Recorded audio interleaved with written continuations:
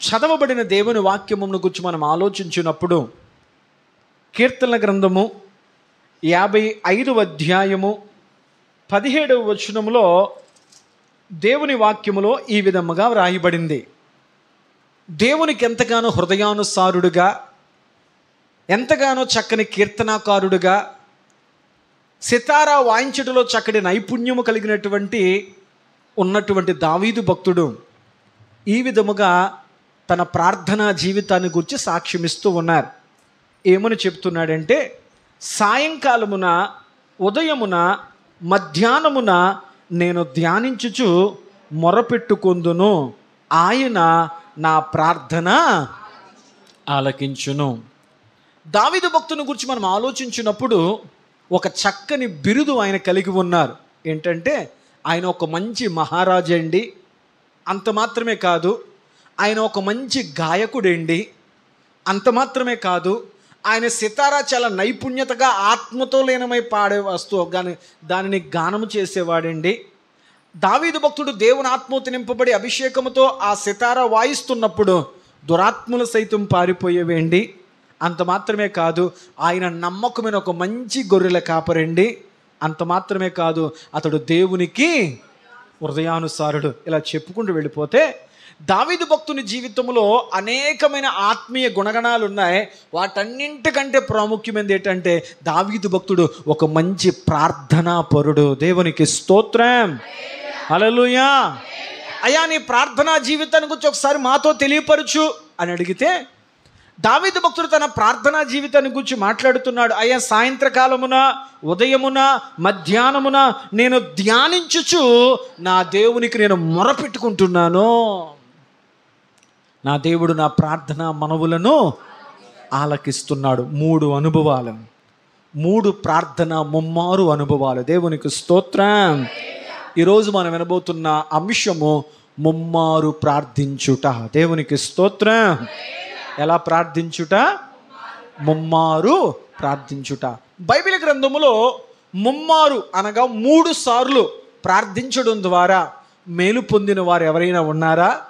వారు ముమ్మారు ప్రార్థించడం ద్వారా వారు పొందుకున్న కార్యాలు ఏమైనా ఉన్నాయా అని నేర్చుకునే ప్రయత్నం చేద్దాం. బహుశా ప్రభు చిత్తమైతే ఒక 5 అంశాలను ఈ రాత్రి మనం ధ్యానం చేసే ప్రయత్నం చేద్దాం. మొట్టమొదటిగా మొదటి రాజుల గ్రంథం, పరిశుద్ధ గ్రంథాలను తెరచి మొదటి రాజుల గ్రంథము 17వ అధ్యాయం, మొదటి రాజుల గ్రంథము 17వ అధ్యాయము 21-22 వచనాలు మనం ధ్యానం చేద్దాం. ఆ చిన్నవాని మీద ముమ్మారు తాను పారచాచుకొని, యెహోవా నా దేవా, నా మొర ఆలకించి ఈ చిన్నవానికి ప్రాణము మనలా రానిమ్మని యెహోవాకు ప్రార్థింపగా. దేవునికి స్తోత్రం, హల్లెలూయా. ఒకసారి ఈ సందర్భాన్ని మీకు జ్ఞాపకం చేస్తాను. ఏలియా అనేటువంటి ఒక అద్భుతమైన ప్రవక్త దేవుని యొక్క ఉద్దేశం మేరకు ప్రార్థన చేయగా, ఆహాబు అలాగే అతని భార్య అయినటువంటి యెజెబెలు కాలంలో దేవుడు 3.5 సంవత్సరాలు ఆకాశము మీద నుండి వర్షమును కానీ మంచు చుక్కను కానీ దేవుడు కురిపించలేదు. ఆకాశము దేవుడు ఇత్తడిగా మార్చారు. అందుచేత ఈ 3.5 సంవత్సరాల సుదీర్ఘమైనటువంటి వర్షము అలాగే మంచు కురవని స్థితిని బట్టి తీవ్రమైనటువంటి కరువుకు ప్రజలు గురయ్యారు. ఆ కరువు కాలంలో ఏ దైవజనుడైతే మీకు కరువు కలగబోతుంది, దేవుని కోపాన్ని మీరు రేపారు, దేవుని సన్నిధికి మీరు దూరమయ్యారు, దేవుని యొక్క మందిరానికి మీరు మూతలు వేశారు, దేవుని మందిరాన్ని మీరు మూయించేశారు, దేవుని ప్రజలను దేవునికి దూరస్తులుగా చేశారు. కాబట్టి ఇదిగో ఆకాశము నుంచి వర్షము కానీ మంచు బిందువు కానీ 3.5 సంవత్సరాలు కురవనేరదు అని ప్రార్థించిన దైవజనుని కూడా దేవుడు ఆ కరువు కాలంలో, కరువు బయట కాదు, నువ్వు కరువు లోపలే ఉండు, నేను పోషిస్తాను అని దేవుడు చెప్పాడు. దేవుడు చెప్పినట్లుగా ఏలియా దైవజనుని పోషించడానికి దేవుడు కెరూతు అనేటువంటి కెరీతు అనేటువంటి వాగు దగ్గర దేవుడు ఏలియా ప్రవక్తను నివసించమని చెప్పాడు. ప్రతిదినము కూడా కాకోలము ద్వారా ఆయనకు అవసరముగా ఆహారాన్ని దేవుడు అందిస్తూ ఉన్నాడు. కొద్ది కాలము తర్వాత ఆ కెరీతు నీరు వాగు కూడా ఎండిపోయింది. తదుపరి అనుభవంగా దేవుడు సారేపతు అనేటువంటి గ్రామానికి వెళ్ళు, ఆ గ్రామ పొలిమేరలకు నువ్వు వెళ్ళేసరికి ఒక విధవరాలు నీకు కనపడతాది, ఆమె ద్వారా నేను నిన్ను పోషిస్తాను అని దేవుడు చెప్పాడు. అదే సందర్భంలో దేవుని మాటను ఆధారంగా చేసుకొని దైవజనుడు ప్రవక్త అయినటువంటి ఏలియా గారు ఆ కరువు దినాలలో సారేపతు అనే గ్రామానికి వెళ్ళారు. ఊరంతా నిర్మానుష్యంగా ఉంది, ఎక్కడ చూసినా ఎండిపోయిన భూమే కనపడుతుంది. అలాంటి పరిస్థితిలో ఒక తల్లి పొలలేరుకుంటూ కనపడింది. ఆయన ఆమె దగ్గరికి వెళ్ళి ఆయన తన్ను తాను పరిచయం చేసుకున్నాడు. నేను దైవజనుణ్ణి, నా పేరు ఏలియా అన్న విషయాన్ని ఆమెకు తెలియపరిచాడు.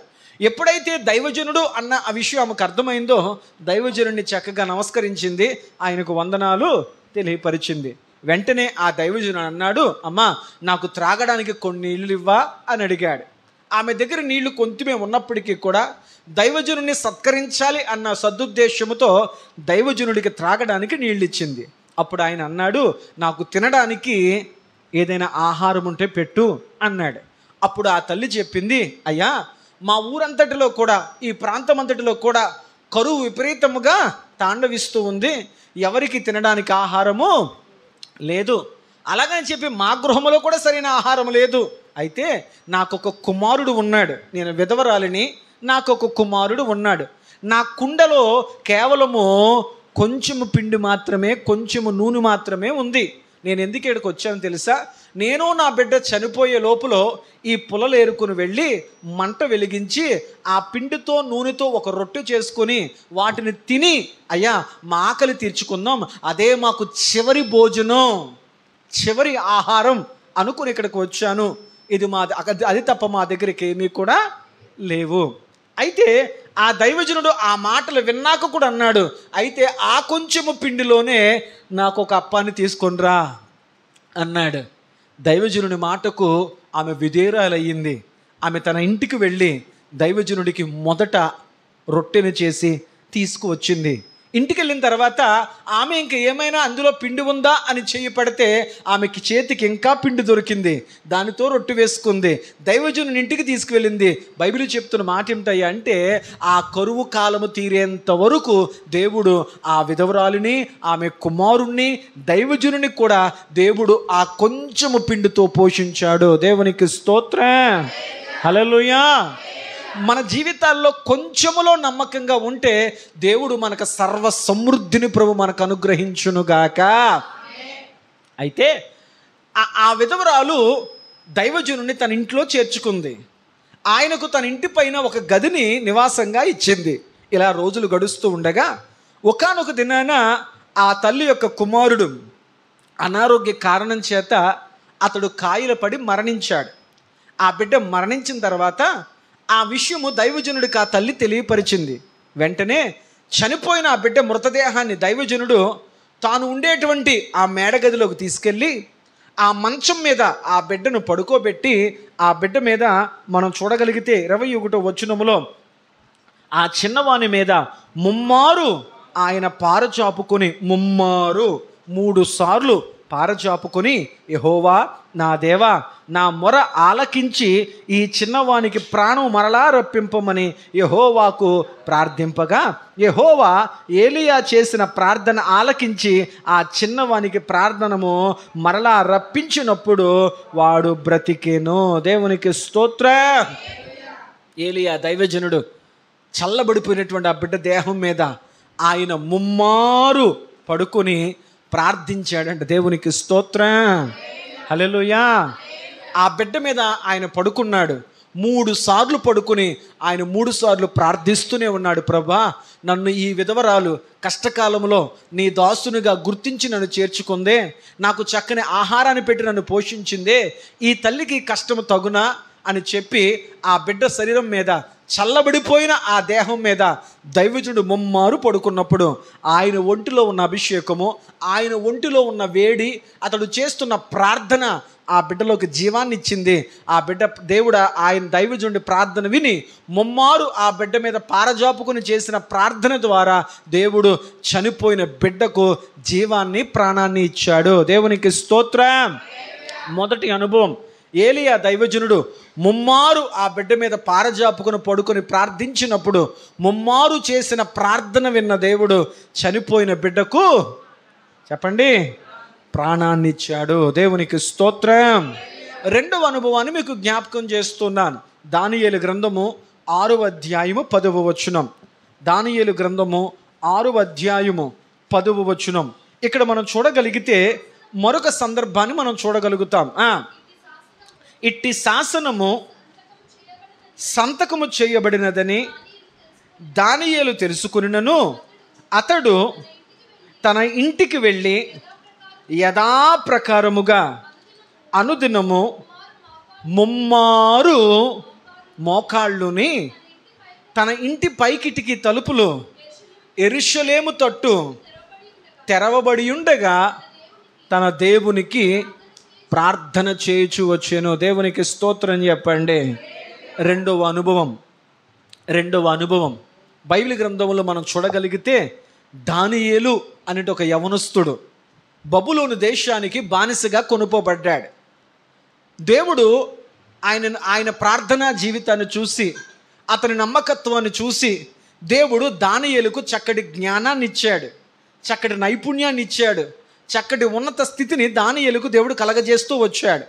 దానియేలు భక్తుడు ఎంత ఎదుగుతున్నా, ఎంత వర్ధిల్లుతున్నా దేవుని సన్నిధిని ఏమాత్రం నిర్లక్ష్యం చేసే వ్యక్తిగా లేడు. చాలా సందర్భాల్లో మన జీవితంలో ఏదీ లేనప్పుడు దేవునికి చాలా దగ్గరగా ఉంటాం, భక్తిని చాలా క్రమశిక్షణగా చేస్తాం. జీవితంలో కొద్ది కొద్దిగా ఉద్యోగంలోనో వ్యాపారంలోనో మనం దేంట్లో అయితే ఆదాయాన్ని పొందుకుంటున్నామో దానిలో మనం వర్ధిల్లుతుంటామో బాధాకర విషయం ఏంటంటే అది అనుగ్రహించిన దేవునికే మనం సమయాన్ని కేటాయించలేకపోతాం. ఉద్యోగం వల్ల టైం కుదురుతలేదండి, వ్యాపారం వల్ల టైం కుదురుతలేదండి, లేకపోతే వేరే కారణాల చేత అసలు దేవుని సన్నిధిలో గడపడానికి టైం కుదురుతలేదండి అని దైవ సన్నిధినే మనం కొన్నిసార్లు నిర్లక్ష్యం చేస్తే దానియేలు భక్తుడిని దేవుడు రాజు యొక్క సంస్థానములో ఎంతో ఉన్నతమైనటువంటి ఉద్యోగస్తుడిగా దీవించాడు.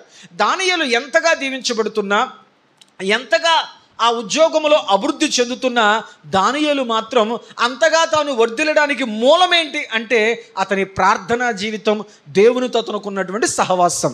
ఆ ప్రార్థనా సహవాస జీవితాన్ని దానియేలు ఏ స్థితిలో కూడా కోల్పోలేదు. దేవునికి స్తోత్రం. హల్లెలూయా. దేవుని వాక్యము దానియేలు భక్తుని యొక్క జీవితం గురించి ఏమని మాట్లాడుతుందంటే 10వ వచనములో ఇట్టి శాసనము సంతకము చేయబడిన దానియేలు తెలుసుకుని రాజుగారు ఒక శాసనం విడుదల చేశాడు. ఏంటి ఆ శాసనం అంటే, ఇది మొదలు కొన్ని దినాల వరకు ఎవరును ఏ దేవునికి నమస్కరించకూడదో, ప్రార్థన చేయకూడదో.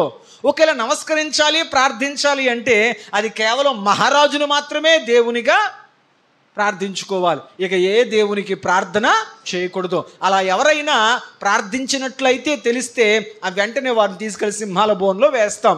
ఇట్టి శాసనము విడుదల చేయబడిందని చెప్పి రాజు సంస్థానములో ఆ జీవో వచ్చిందన్న విషయము దానియేలుకు తెలుసు.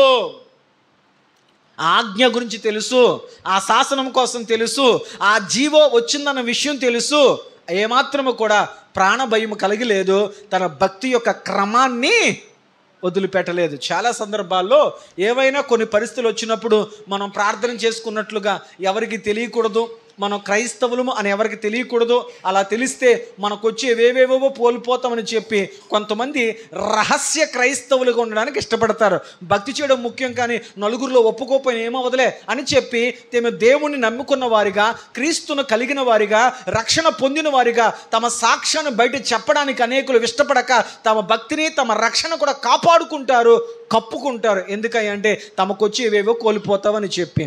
దానియేలుకు ఇట్టి శాసనం విడుదల చేయబడిన తెలిసినప్పటికీ కూడా అతడు తన భక్తి యొక్క క్రమాన్ని కోల్పోవడానికి ఏం జరిగితే జరిగింది, ఏమైనా పర్వాలేదు, ప్రాణం మీదకి వచ్చినా పర్లేదు, నా భక్తి యొక్క క్రమాన్ని నేను వదలకూడదు అనుకున్నాడు. దేవునికి స్తోత్రం. ఈ వారమంతా ఒక్కసారి మన భక్తి జీవితాన్ని ఒక్కసారి మనం ఆలోచించగలిగితే ఎన్నిసార్లు మన భక్తి క్రమాన్ని తప్పామో, ఎన్ని రోజులు కుటుంబ ప్రార్థనల మధ్యలో విడిచిపెట్టామో, ఎన్ని సందర్భాల్లో వాక్య ధ్యానాన్ని విడిచిపెట్టి వెళ్ళిపోయిన రోజులు ఉన్నాయో, ఎన్ని సందర్భాల్లో పనుల వల్ల ఇక వేరే ఒత్తిళ్ళ వల్ల ఏకాంత ప్రార్థన ఎన్ని సందర్భాల్లో మనం కోల్పోతూ క్రమాన్ని తప్పామో. కానీ దానియేలు జీవితం మనకు నేర్పుతున్న పాఠం ఏంటంటే, ప్రాణహాని కలిగించే పరిస్థితి తన కళ్ళ ముందు ఉన్నప్పటికీ కూడా అతడు తన భక్తిలో క్రమాన్ని వదలలేదు. దేవునికి స్తోత్రం. అతడు ఏం చేశాడంటే యథాప్రకారంగా, ఏ ప్రకారంగా అంట, అప్పుడప్పుడు గుర్తొచ్చినప్పుడు, నొప్పి కలిగినప్పుడు, బాధ వచ్చినప్పుడు, ఊసిపోనప్పుడు కాదు, ఏం జరిగినా అతడు ఒక యథాప్రకారముగా ఒక అలవాటు చేసుకున్నాడు. ఏంటంటే అతడు అనుదినము ప్రతి దినము ముమ్మారు మోకరించి ప్రార్థించడం అలవాటు చేసుకున్నాడు. దేవునికి స్తోత్రం. ఎప్పుడైతే దానియేలు భక్తుడు తన జీవితంలో ముమ్మారు దేవునికి మోకరించి ప్రార్థన చేయడం జరిగిందో, ఆ ప్రార్థన చేస్తున్న సందర్భాన్ని అనేకులు చూశారు, రాజుతో చెప్పారు, సింహాల బోన్లో వేశారు. దేవునికి స్తోత్రం. ఒకవేళ దానియేలు భక్తుడి దగ్గరికి వెళ్ళి, అయ్యా నువ్వు ముమ్మారు దేవునికి ప్రార్థన చేశావు కదా, నీ ప్రార్థన వల్ల నీకు కలిగిందేంటి? సింహాల బోన్లో వేయబడ్డావు, నిందించబడ్డావు, ప్రాణహాని వైపు వెళ్ళిపోయావు, నీకేమొచ్చింది ఈ ముమ్మారు ప్రార్థన ద్వారా అని అడిగితే, దానియేలు గారు చెప్పే సాక్ష్యం ఏంటంటే, నేను అనుదినము ముమ్మారు దేవునికి ప్రార్థించడం ద్వారా దేవుడు సింహాల యొక్క నోరుని మూశాడు. ముమ్మారు నేను దేవునికి ప్రార్థించడం ద్వారా నా ప్రార్థన వినడానికి దేవుడు సింహాల బోన్లోకి వచ్చాడు. దేవునికి స్తోత్రం. హల్లెలూయా. దానియేలు జీవితం మనకు నేర్పుతున్న పాఠం ఏంటంటే, తన భక్తులు ఎక్కడ ప్రార్థిస్తే దేవుడు అక్కడికి వచ్చి ప్రార్థన వింటాడు. దేవునికి స్తోత్రం. హల్లెలూయా, హల్లెలూయా. ఆయన ప్రార్థన వినడానికి తన భక్తుల కొరకు ఎక్కడికైనా వస్తాడు. కొన్ని సందర్భాలు మనం జ్ఞాపకం చేసుకుందాం. షడ్రక్, మేషక్, అబేద్నెగోల కొరకు దేవుడు అగ్నిగుండంలోకి వచ్చాడు కదా. పౌలు శీలలు ప్రార్థిస్తున్నప్పుడు దేవుడు చెరసాల్లోకి తన సన్నిధిని పంపించాడు. ఇలా చెప్పుకుంటూ వెళ్ళిపోతే మనం గమనించగలిగితే చేప కడుపులో ఉండి ప్రార్థించాడు. యోనా ఏమని ప్రార్థించాడు? అయ్యా నేను సముద్ర భూ దిగంతంలోకి వెళ్ళిపోతున్నానయ్యా, పాతాళంలోకి దిగిపోతున్నానయ్యా, ఈ నాసు నా తలను అంటుకుంటుందయ్యా, నేను దిగిపోతున్నాను, అగాధములోకి నేను దిగిపోతున్నానని ప్రార్థించిన ఆ అగాధములో కూడా దేవుడు వచ్చాడు. యోనా ప్రార్థన దేవుడు చెప్పకనే చెబుతుంది దేవుని వాక్యం ఏంటంటే, తన భక్తులు ఏ స్థితిలో ఉండి ప్రార్థించినా నేను అక్కడ పైనుండే వింటాను అనేవాడు కాదు మన దేవుడు.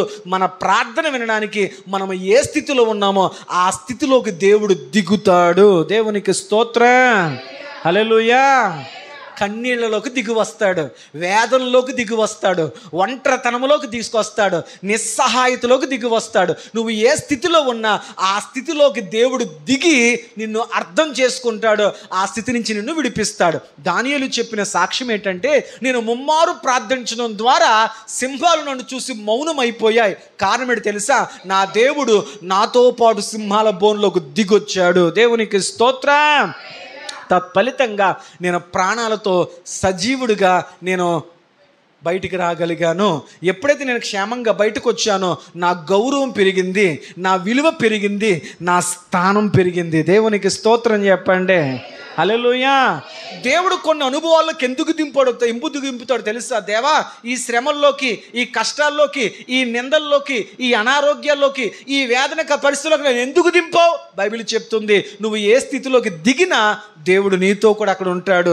ఒకానొక టైం వస్తుంది, నిన్ను దింపిన దేవుడే నిన్ను పైకి తీసుకొస్తాడు. దేవునికి స్తోత్రం. హల్లెలూయా.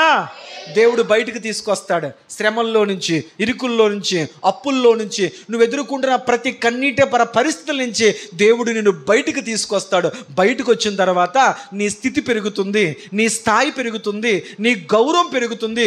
ఒకనాడు నువ్వు దిగినప్పుడు నీ జీవితంలో ఏవి లేవో అంతకు రెట్టింపు ఘనతను దేవుడు నీకు ఇచ్చునుగాక. హల్లెలూయా. అది ఎరిగిన దావీదు అన్నాడు కదా, గాఢాంధకారపు లోయల్లోకి నన్ను దింపినా, అయ్యా ఎముకలతో కూడిన లోయల్లోకి నన్ను దింపినా, ఏ అనుభవంతో కూడిన అనుభవాలు నన్ను దింపినా, అయ్యా నన్ను విడిచిపెట్టువాడవు కాదు, అక్కడ నీ కృప నన్ను నడిపిస్తుంది, నన్ను బయటికి నడిపించే దేవుడవు నీవే. దేవునికి స్తోత్రం. మీకు అర్థమైందా? దానియేలు ముమ్మారు ప్రార్థించుట ద్వారా సింహాల నోళ్లను దేవుడు మూయించాడు. ఆయనకు ఏ హాని కలగకుండా ఆయన క్షేమంగా దేవుడు బయటికి తీసుకొచ్చాడు. ఆయన విలువ పెరిగింది, ఆయన గౌరవం పెరిగింది. అంత మాత్రమే కాకుండా దేవుడు ఆయన ఒక సజీవ సాక్షిగా నిలబెట్టాడు. అందుకు గల కారణం ఏంటంటే ఆయన అలవర్చుకున్న క్రమమైనటువంటి అనుదిన ముమ్మారు ప్రార్థన. దేవునికి స్తోత్రం, హల్లెలూయా. మొదటి ముమ్మారు ప్రార్థించిన ఏలియా గారి ద్వారా పోయిన ప్రాణం వచ్చింది.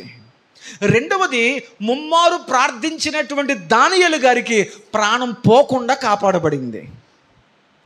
రెండిటికి తేడా తెలిసింది. మొదటి ముమ్మారు ప్రార్థన పోయిన ప్రాణాన్ని తిరిగి వచ్చేలా చేసింది. రెండవది దానియేలు గారు ముమ్మారు ప్రార్థన ప్రాణం పోకుండా కాపాడగలిగింది. మూడవ వ్యక్తిని మీకు జ్ఞాపకం చేసి ముందుకెళ్ళే ప్రయత్నం చేస్తాను. చూడండి, 2వ కొరింథీయులకు రాసిన పత్రిక, అపోస్తలుడైనటువంటి పౌలు గారు కొరింథీయులకు రాసినటువంటి 2వ పత్రిక. ప్రతి ఒక్కరు పరిశుద్ధ గ్రంథాలను తెరిచి చూడాలి. 12వ అధ్యాయం 7-8 వచనాలు ధ్యానం చేద్దాం.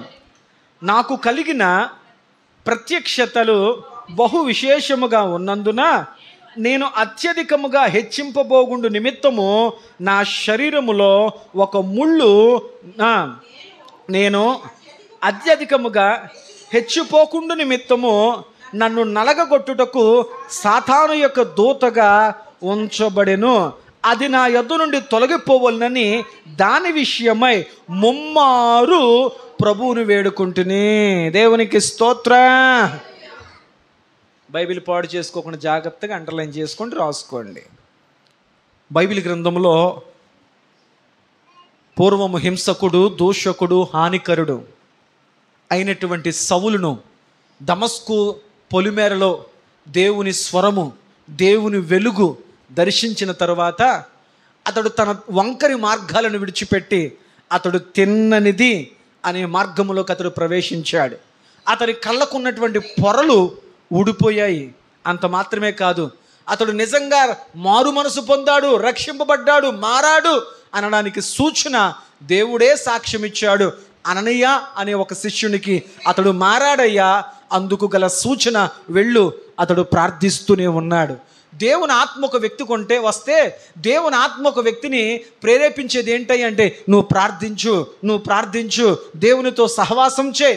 ఎవరో చెప్పాల్సిన అవసరం లేదు, ప్రార్థన చేయి అని ఎవరో చెప్పాల్సిన పని లేదు.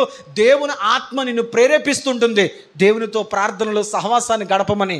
సౌలు పౌలుగా మార్చబడ్డ తర్వాత దేవునితో ఒక అద్భుతమైన సహవాసము కలిగిన వాడిగా అనేక మిషనరీ ప్రయాణాలు చేస్తూ 3 మిషనరీ ప్రయాణాల్లో అనేకమైన చక్కని సంఘాలను కట్టాడు. అనేక మంది యవనస్తులను దైవజనులుగా తీర్చిదిద్దాడు. ఇంకా చెప్పుకుంటూ వెళ్ళిపోతే అతని ప్రార్థన ద్వారా దెయ్యాలు పారిపోయాయి. అతను ప్రార్థించినప్పుడు చనిపోయిన వాళ్ళు బ్రతికారు. ఐతుక్ అనేటువంటి యవనస్తుడు 3వ అంతస్తు మీద నుంచి నిద్రాభారము చేత కింద పడ్డాడు.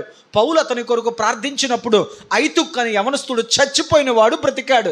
అంత మాత్రమే కాకుండా పౌలు గారి యొక్క ఒంటికున్నటువంటి నడికట్లు అనగా చేతి గుడ్డలు తగిలి రోగాలతో ఉన్నవారు బాగుపడేవారు. అతడు నడిచి వెళుతుంటే అతడు నీడపడి రోగాలు తగ్గిపోయాయి.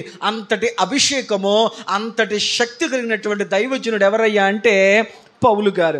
ఆయన నీడ పడితే రోగాలు తగ్గిపోయాయి, ఆయన గర్దిస్తే దెయ్యాలు పారిపోయాయి, ఆయన ప్రార్థిస్తే చచ్చిపోయిన వాళ్ళు బతికారు, ఆయన చేతుకున్నటువంటి గుడ్డలు తగిలితే రోగాలు తగ్గిపోయాయి. ఇటువంటి గొప్ప అభిషేకము గల దైవజనుడి శరీరములో కూడా ఒక ముళ్ళుందే.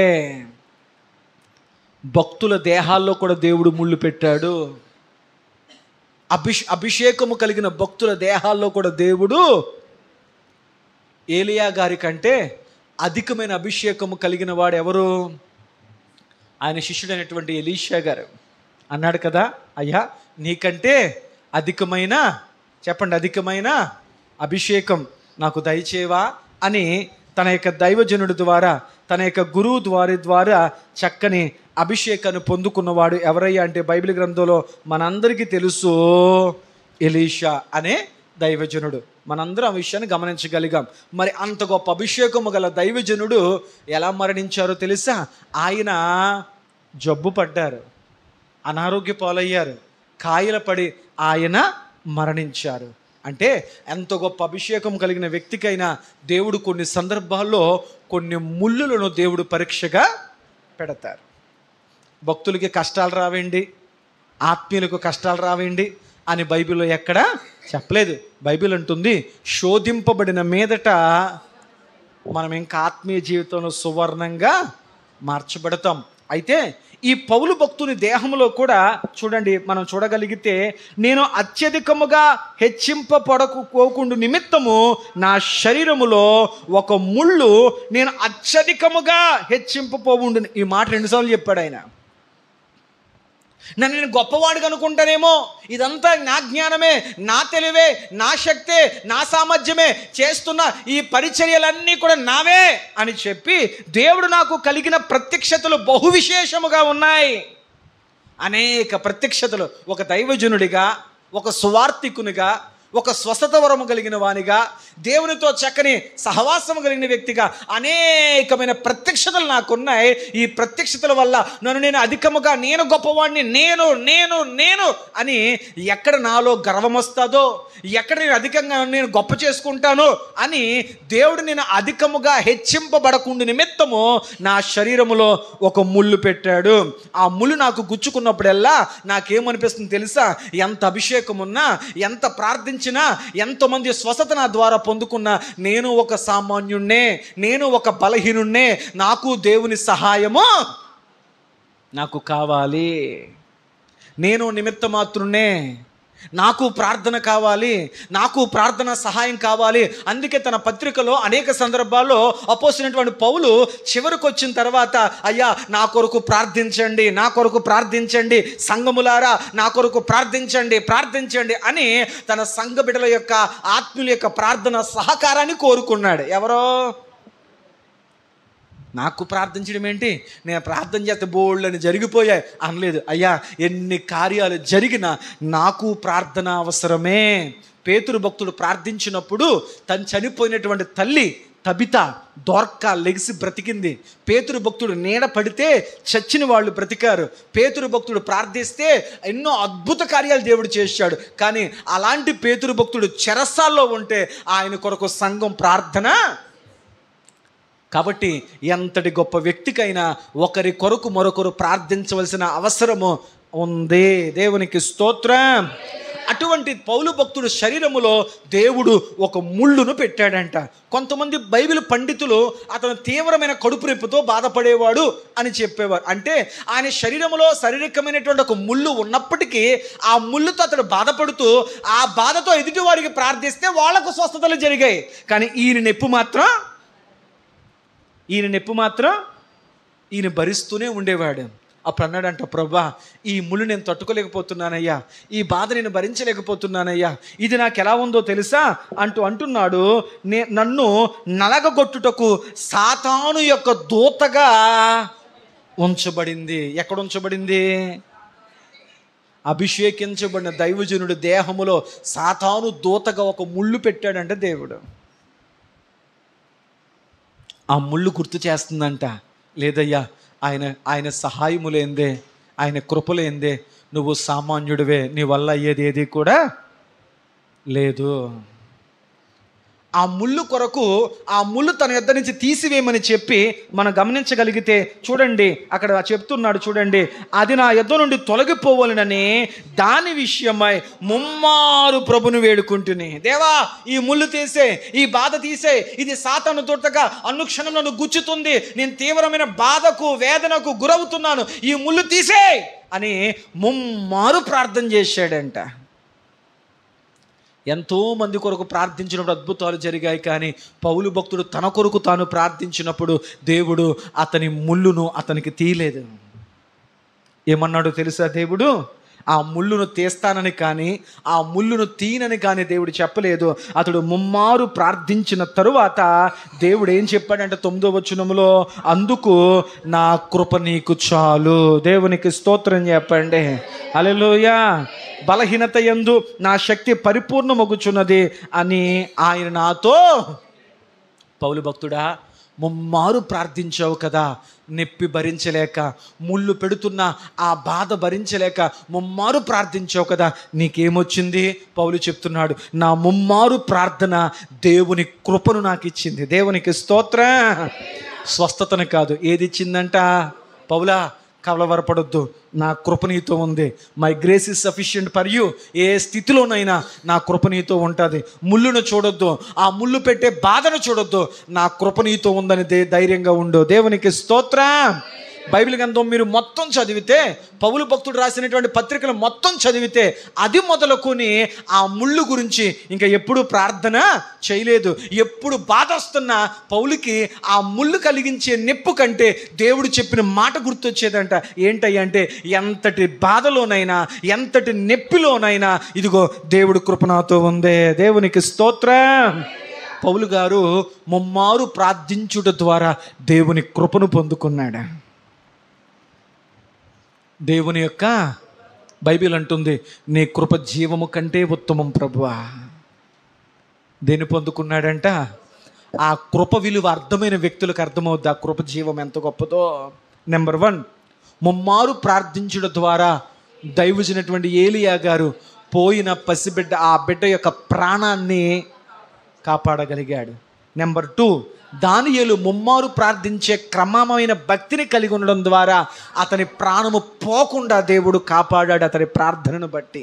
నెంబర్ 3, పౌలు భక్తుడు ముమ్మారు తనకు కలుగుతున్న ఆ ముళ్ళు వంటి వేదనకర స్థితిని బట్టి ప్రార్థించడం ద్వారా అతడు స్వస్థత కాదు, దేవుని కృపను పొందుకున్నాడు. ఆమేన్ చెప్పండి. హల్లెలూయా. మీకు అర్థమయ్యేలా చెప్తాను. మీకు ఎక్కడైనా దేహంలో ఒక చోట నొప్పి అనిపించింది అనుకోండి, అది చాలా కష్టం అనిపిస్తుంది. అయ్యో, ఈ నొప్పి తట్టుకోలేకపోతున్నామండి అనిపిస్తుంది. ఈ నొప్పుడు మనకి ఎప్పుడు మర్చిపోతామంటే, మన దేహంలో ఇంతకంటే నొప్పి వేరే చోట వచ్చిందనుకో. మీకు అర్థమైందా లేదా? ఎక్కడో ఏదో బెనికింది, నొప్పి వచ్చింది, హాస్పిటల్కి వెళ్ళాం. హాస్పిటల్ డాక్టర్ ఏం చేస్తాడు? ముందు ఇంజెక్షన్ చేస్తాడు. ఏం చేస్తాడు? ఇంజెక్షన్ చేస్తాడు. ఎప్పుడైతే మనకున్నటువంటి నొప్పిని మించిన నొప్పి మనకు తగిలిందో అప్పుడు ఆటోమేటిక్గా అంతకు ముందున్న నొప్పి చెప్పరేంటమ్మా. సర్వసాధారణంగా యవనస్తులకు చెప్పేటప్పుడు, నీ జీవితంలో నువ్వు ఏమాత్రం కృంగిపోవద్దయ్యా, సమస్యలు ఏమాత్రం కూడా పెద్దవి కాదు అని చెప్తూ, నీ సమస్య ఒక గీత గీసి ఇది నీ సమస్య అనుకో.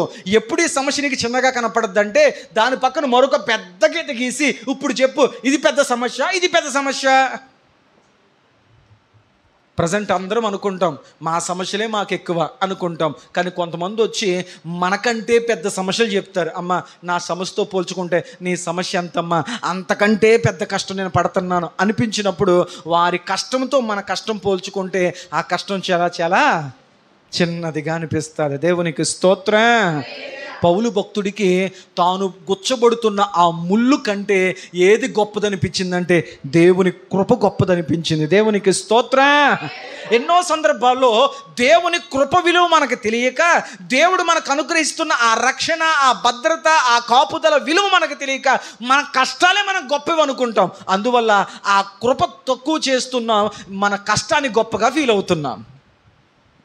పౌలు భక్తుడు ముమ్మారు ప్రార్థించడం ద్వారా అతడు దేవుని కృపను పొందుకున్నాడు ప్రతి బలహీనతలో. దేవునికి స్తోత్రం. ముమ్మారు ప్రార్థన పౌలుకు దేవుని కృప పొందుకునే అవకాశాన్ని ఇచ్చింది. 4వ సందర్భాన్ని మీకు జ్ఞాపకం చేస్తూ ముందుకు వెళ్ళిపోదాం త్వరగా. మత్తయి శుభవార్త 26వ అధ్యాయం. మత్తయి శుభవార్త 26వ అధ్యాయము 44వ వచనం మనం చూడగలిగితే, ఆయన వారిని మరలా విడిచి వెళ్ళి ఆ మాటలే చెప్పుచు 3వ మారు, చాలమ్మ ప్రార్థన ముమ్మారు అన్నా 3 సార్లు అన్నా అవుతా కాదా? వేరా? ముమ్మారు అంటే 3 సార్లు. యేసుక్రీస్తు ప్రభువారు ఆయన అప్పగింపబడబో రాత్రి తన శిష్యులతో కలిసి ఆయన చివరి పస్కా భోజనాన్ని మేడగదిలో చేసి, ఆయన తన శిష్యుల పాదాలు కడిగి ఆయన శరీరముగా ఒక రొట్టెను విరిచి తన శిష్యులందరికీ ఇచ్చాడు. తర్వాత ఆయన ఒక పాత్రను ఎత్తుకొని ఆయన రక్తముగా వారందరి చేతికి దాన్ని అప్పచెప్పారు. ఆ తర్వాత జరిగింది ఏంటంటే, తన శిష్యులతో కలిసి ఆయన గెత్సెమనే తోటలో ప్రార్థించుకోవడానికి వెళ్ళారు. ఇక్కడ ఒక పాఠాన్ని మనం జ్ఞాపకం చేసుకోవాలి. ఆయన మరణించబోతున్నాను, ఆయన శిలువ బలియాగము చేయబోతున్నాను, ఒక తీవ్రమైన శ్రమ నా కళ్ళ ముందుంది అని తెలిసిన యేసయ్య తన ప్రార్థనా క్రమాన్ని, తన అలవాటును, తన వాడుకనైతే వదులుకోలే. చాలా సందర్భాల్లో మన జీవితాలు ఎదురయ్యే కొన్ని ఆటంకాలకు ప్రార్థనా క్రమాన్ని వదిలేస్తాం. ఈ టయానికి ప్రార్థన చేసుకోవాలి, ఏదో ఆటంకం వచ్చింది, ఆటంకాన్ని బట్టి ఆ బైబిల్ చదివే క్రమము, లేకపోతే ఆ ఏకాంత ప్రార్థనా క్రమము, ఆ కుటుంబ ప్రార్థనా క్రమము, ఏదో కారణాలు వచ్చి, లేకపోతే చుట్టాలు వచ్చో, ఏదో కారణాలు వచ్చి ఆ క్రమాన్ని తప్పుతాం. భక్తులు ఏం చేశారంటే, చావు ముందుకొచ్చిన క్రమాన్ని వదలలే. మీకు అర్థం అవ్వాలి. మరణం కళ్ళ ముందు కనపడుతున్నా దేన్ని వదలలేదు? దానియేలు క్రమాన్ని వదలలే. అలాగే యేసుక్రీస్తు ప్రభువారు ఆయన గెత్సెమనే తోటలో చివరి ప్రార్థన చేసే అనుభవంలో ఆయన తన శిష్యులతో చెప్పారు, మీరు శోధనలో పడకుండుకున్నట్లు మెలకువగా ఉండి ప్రార్థన చేయండి అని చెప్పి, రాయి వేటంత దూరం ఆయన వెళ్ళి, ఒక రాయి విసిరి ఎంత దూరం వెళతాదో అంత దూరం వెళ్ళి ఆయన మోకరించి ప్రార్థన చేస్తూ ఉన్నారు. ఆయన పొందుబోయే శ్రమను బట్టి, ఆయన చేయబోయే బలియాగాన్ని బట్టి ప్రార్థన చేస్తున్నప్పుడు వాక్యం సెలవిస్తుంది, ఆయన కార్చిన చెమట రక్తపు బిందువులుగా ఆయన ప్రార్థిస్తున్న స్థలమంతటి మీద పడ్డాయి. ఆయన లేచి వచ్చి మరలా శిష్యుల దగ్గరికి వచ్చారు. శిష్యులు నిద్రాభారముతో ఉన్నారు. వారిని లేపి, అయ్యా, ఒక గడియను మెలకుగా ఉండలేరా? మీరు శోధనలో పడకున్నట్లు మెలకువ కలిగి ప్రార్థన చేయండి. ఆయన వారిని లేపి మరలా నీళ్ళు ఆయన ప్రార్థన చేసి, ప్రభువా, అయ్యా, ఈ పాత్ర నా యుద్ధం నుంచి తొలగించవా అని ప్రార్థన చేశారు. ఈ శ్రమల ఈ పాత్ర, ఈ కొరడా దెబ్బల పాత్ర, ఈ ముళ్ళ కిరీటం అనే పాత్ర, ఇదిగో డొక్కలో పొడిపించుకునే ఈ పాత్ర, ఈ శ్రమల కలిగేటువంటి ఈ పాత్రను ఇదిగో నీ చిత్తమైతే నా యుద్ధం నుంచి తొలగించవా అని ప్రార్థన చేసి మరలా వచ్చి తన శిష్యులను లేపి, అయ్యా మెలకువ కలిగి ఉండండి, శోధనలో పడకుండా ప్రార్థన చేయండి. ఆయన 3వసారి వెళ్ళి మరలా మోకరించి ఏమని ప్రార్థించారంటే, ప్రభువా, నా చిత్తము కాదు నీ చిత్తమే జరిగించు అని ఆయన ముమ్మారు ప్రార్థించడం ద్వారా ఆయన సర్వమానవాళి పాప పరిహారార్థమే చేయబోయే శిలువ బలియాగము కొరకు, రక్షణ కార్యము కొరకు 3 సార్లు చేసిన ప్రార్థన ద్వారా ఆయన తనను తాను సంసిద్ధపరుచుకున్నారు. దేవుని స్తోత్రం. 3 సార్లు ప్రార్థించుకున్నారు ఆయన.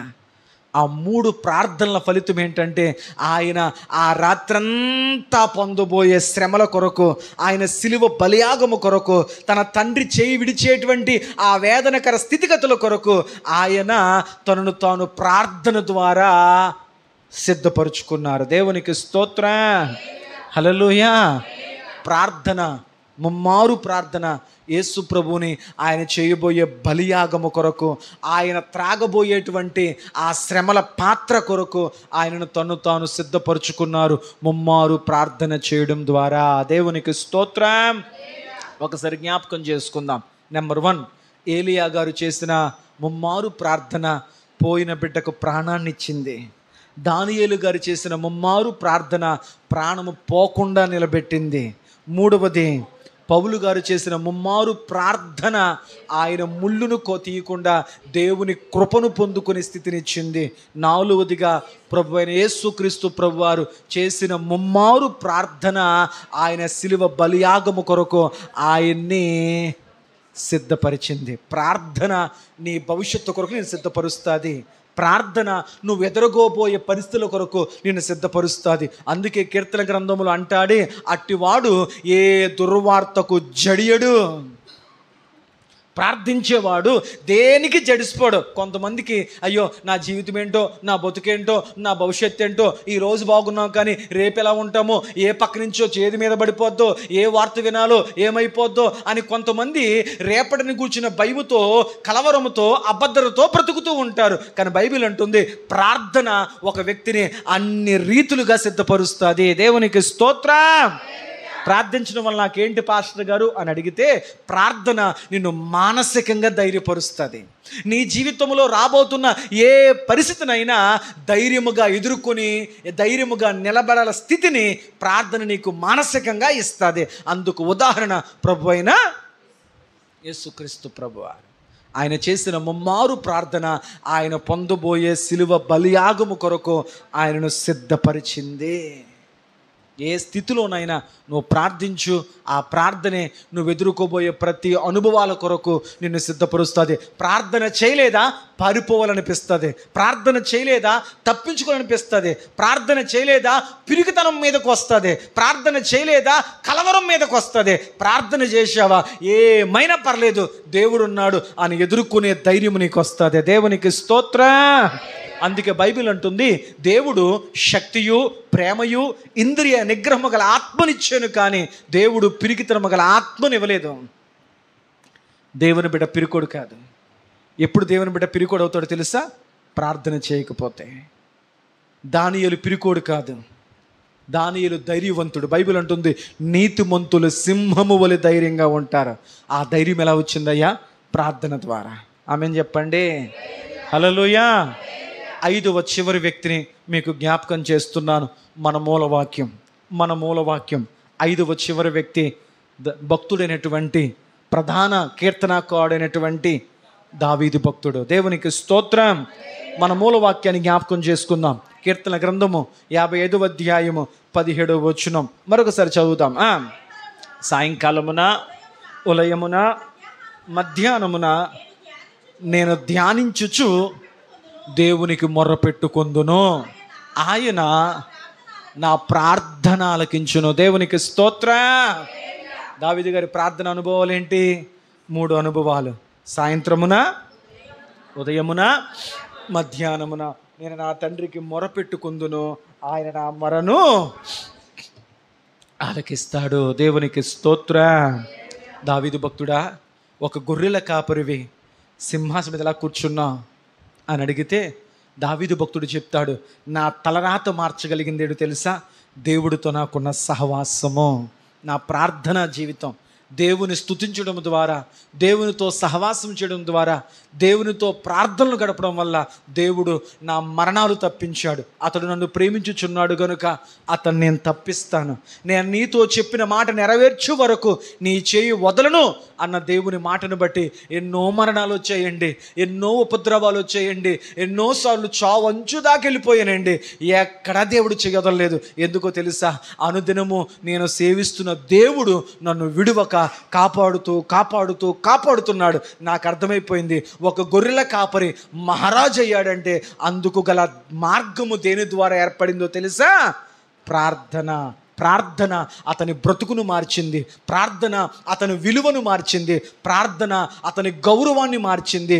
ఒక సామంతుడిగా మారిపోయాడు, అసామాన్యుడిగా మారిపోయాడు. 40 సంవత్సరాలు 12 గోత్రాలు అద్భుతంగా పరిపాలించగలిగాడు. దేవునికి స్తోత్రం.